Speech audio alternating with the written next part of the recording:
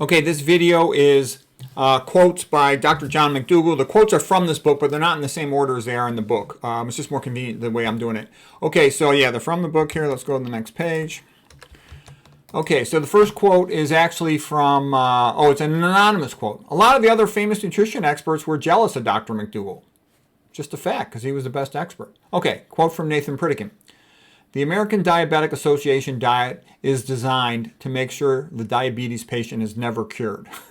So that was pretty funny. Pritikin reviewed all the literature on fat, and he came to the conclusion most Americans are diabetic after dinner because they eat a high-fat dinner, and fat causes insulin resistance, makes people fail oral glucose tolerance tests, and essentially test positive for diabetes.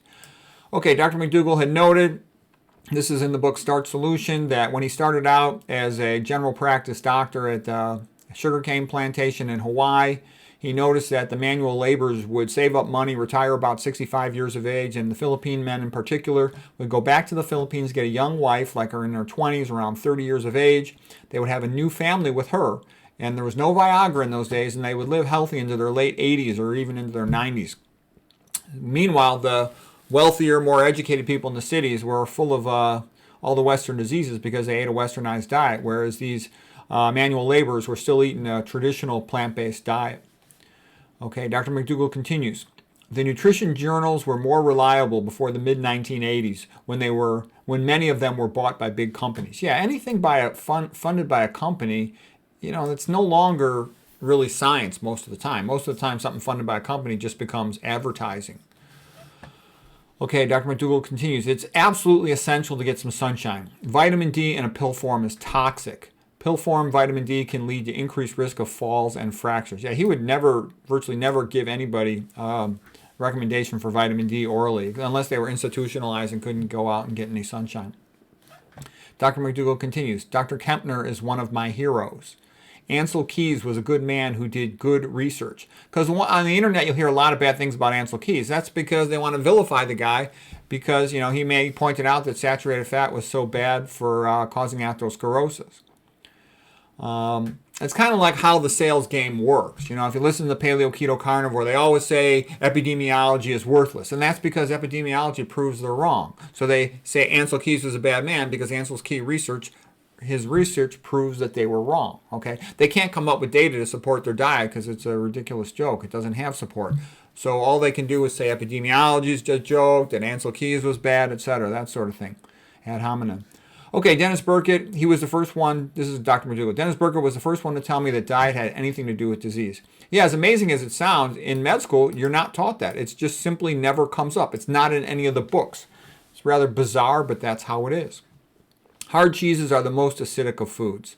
Yeah, and the higher the acidity you're eating, the more you're going to need to buffer the pH in your blood, and you're going to, release calcium from your bones, from your muscles, and you're going to then excrete that from your kidneys into your urine simultaneously. The hydrogen protons excrete the acid and the calcium, so you get calciuria. Increased calcium in the urine increases your risk of kidney stones. Some of that calcium can precipitate in your kidneys and produce kidney stones, okay, and it can progressively decrease kidney function.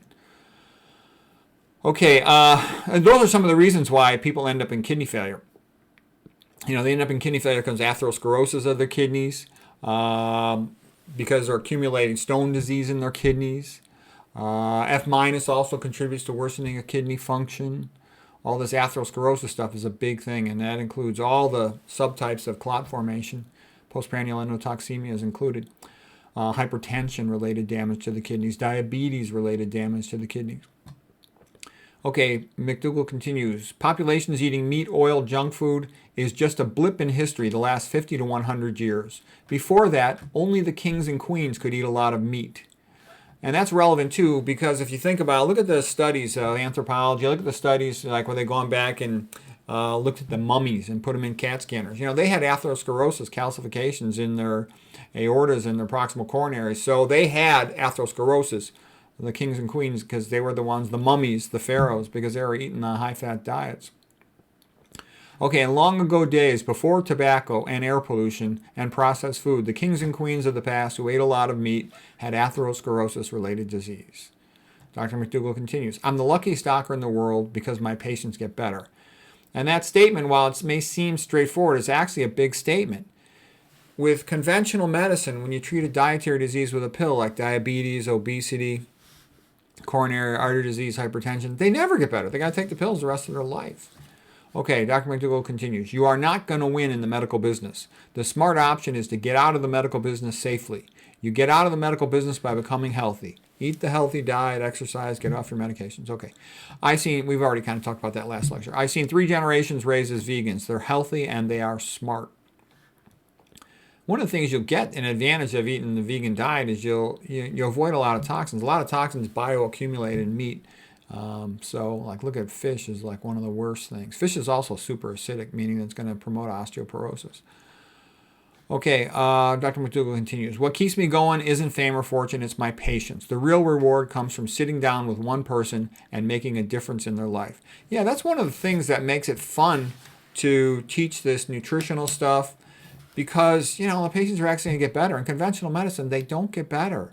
They're a bunch of sad, pathetic old people that just go and usually never have any significant insight into their disease. They're just kind of like a deer with their head, in the headlights, lost, okay? And they just have no idea what's happening to them, all these naive, stupid things they say, and they just deteriorate. I feel sorry for them. When I get a chance, I do the best I can to talk to them, but most of the time, they're kind of hopeless, these old people. They don't understand. And you don't, as a doctor, you don't have that much time to talk to a patient. Unfortunately, it's just the way the system's set up. Doctors are in a hurry. There's a lot of pressure to go fast. There's no pressure to sit there and talk to a patient and explain stuff. Okay, what keeps me going isn't fame or fortune. It's my patience. The real reward comes from talking to a person, making a difference in life. Okay, I kind of said that already. Okay, here's the next statement. Oh, this one's actually coming from Roy Swank, the neurologist. He's the guy with the best results in the world for treating multiple sclerosis. He has over 34 years follow-up on multiple sclerosis patients. Fat causes red blood cells to stick together. That's a giant statement. Blood sludge, rouleau formation, you can call it. Rouleau formation means stack of coins in French. And a diet like this increases the risk of multiple sclerosis. The most important thing for preventing MS is to reduce the intake of saturated fat. So what does that mean? That means don't eat anything from an animal. Okay, here's a quote from Walter Kempner. Eating a low-protein diet lowers the workload of the kidneys. Yeah, about 75% of what the kidneys do is excrete nitrogen. So if you want to make life easier for your kidneys, decrease your intake of nitrogen. And there's no nitrogen in carbohydrate or in fat. It only comes from protein. So you want to eat a low-protein diet. Okay, Dennis Burkitt quotes here. Dennis Burkitt says, the only way we are going to restore our health is to go back to eating the plant-based high-fiber diets of our ancestors. Yeah, that's the thing is there's no way to make that expensive. You can sell probiotics or something, but basically people eat the plant foods. They're going to be much, much, much, much healthier.